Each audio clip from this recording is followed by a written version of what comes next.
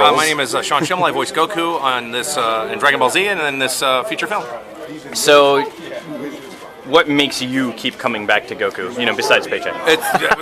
It's a job. You know, I'll be honest. You know, I've considered not continuing at some points in my career. You get tired or something. But it's the fan support and fan love and my love of the character, because it's not fun to scream for that many years. Trust me. And the fact that they brought back the movie in such a cool way, and brought back the new material in such a cool way, it's hard to say no to something this iconic. I mean, I look at Goku as, I mean, I've done dozens of voices for other shows for the last 15 years, but Goku's in a completely separate area. It's not lumped in with the rest of my resume, in my mind anyway. Right. So it was my first audition, so it's a very special role for me. Goku's faults are a key part of this movie. You mean him being a bad father or something? Well, you know, it's something that's focused on quite a bit in this movie, as far as you know, his drive almost being a fault, and the fact that this is something that's been coming up more and more lately, especially since Akira Toriyama has spoken about this publicly. Right. And I don't want, this is a spoiler alert for those of you who have not seen the movie yet, but Whis points out one of Goku's weaknesses. Right. One of the things Whis does not point out that Akira Toriyama does talk about is the fact that he has never liked the altruistic hero version of Goku, how he's portrayed, and that in some ways he's really selfish, and that he only cares about fighting the very best, and that's his pureness of heart is his pureness in the desire to do that. Had I known that when I got the part, I might have played him a little differently, although I do remember when I was recording the Cell Saga years ago, thinking Goku has to be a little dark to understand his dark enemy he's got to fight. You got to kind of know your enemy. So I was wondering if there was any kind of dark side or shadow to Goku, and Akira Toriyama's kind of, he uses the word poison, you know, not that he's a poisonous character, and he says that good things happen as a result of his desire to be the best, but lots of bad happens too.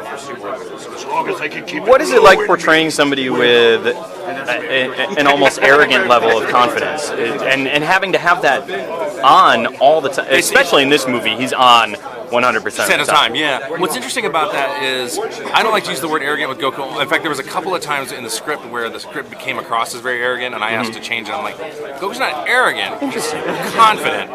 He is a kind of a doofus, but he's a genius fighter. So in general, he's clueless about a lot of things. I mean, when he met Bulma, he didn't know the difference between a boy and a girl. He didn't understand he was getting married when he got married. I mean, he's pretty clueless. But when it comes to being a fighter and a martial arts tactician, he's a genius, and he's very confident. And that could be, you know, he got bonked on the head and lost all his evil Saiyan stuff, but maybe I wonder if all that Saiyan rage has gotten channeled into this brilliant ability to fight. Right. You know.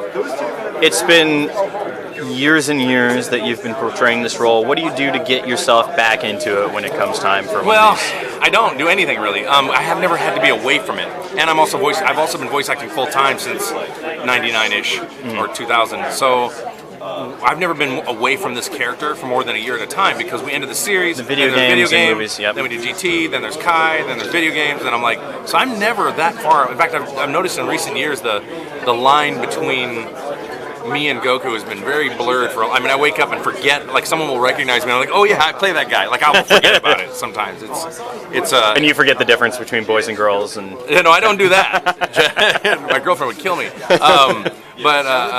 Yeah, it's a surreal experience. It's a very strange.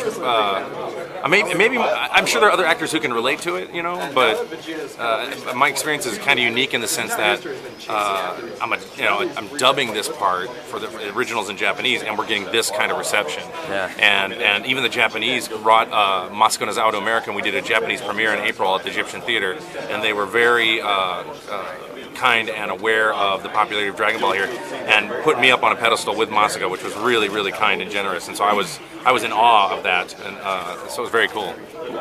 Why do you think fans keep coming back for more Dragon Ball? It's an awesome show. I mean, there's so many reasons. There's definitely fighting, the animation, the character style, the way they build up tension and release it. I think Akira Toriyama is kind of a storytelling genius. You know, not to mention his artwork is very good. You know, so I'm not an artist, so I couldn't judge that. I'm a voice guy, but you know what I mean. So and.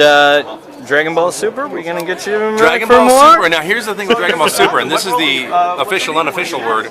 I don't know anything, honestly. If I did, I would say I know and I can't tell you. Right. But I've not been. I mean, Funimation told me, you know, if we do it, we want you. Right. But they have. I haven't signed a contract. I don't even know if Funimation has or not. They're still working that out with Japan. So that's still in the works. I hope so. You know, I'd love to play the character. You know, for another 20 years. I've been playing it 16 years now. Masiko's been doing. She's 72, I think now. She's been doing it since the 80s. Because she voices Gohan and Goten and Goku. So she's been doing this a long time. So I got some big shoes to fill. If indeed I can fill them in English. I mean, it's really kind of apples and oranges when you think about it, but just tremendous respect for the Japanese cast and the hard work. I got to have dinner with the directors and the animators and the kind of work they put into it. You know, I put a lot of work into what I do, but animators have it so much harder than we do. I don't care what any voice actor tells you. I know some animators, it's just a thankless hours and hours and hours of repetitious work. So I have tremendous thanks of, you know, I wish the animators were kind of on the carpet because they deserve it as much or more than I do.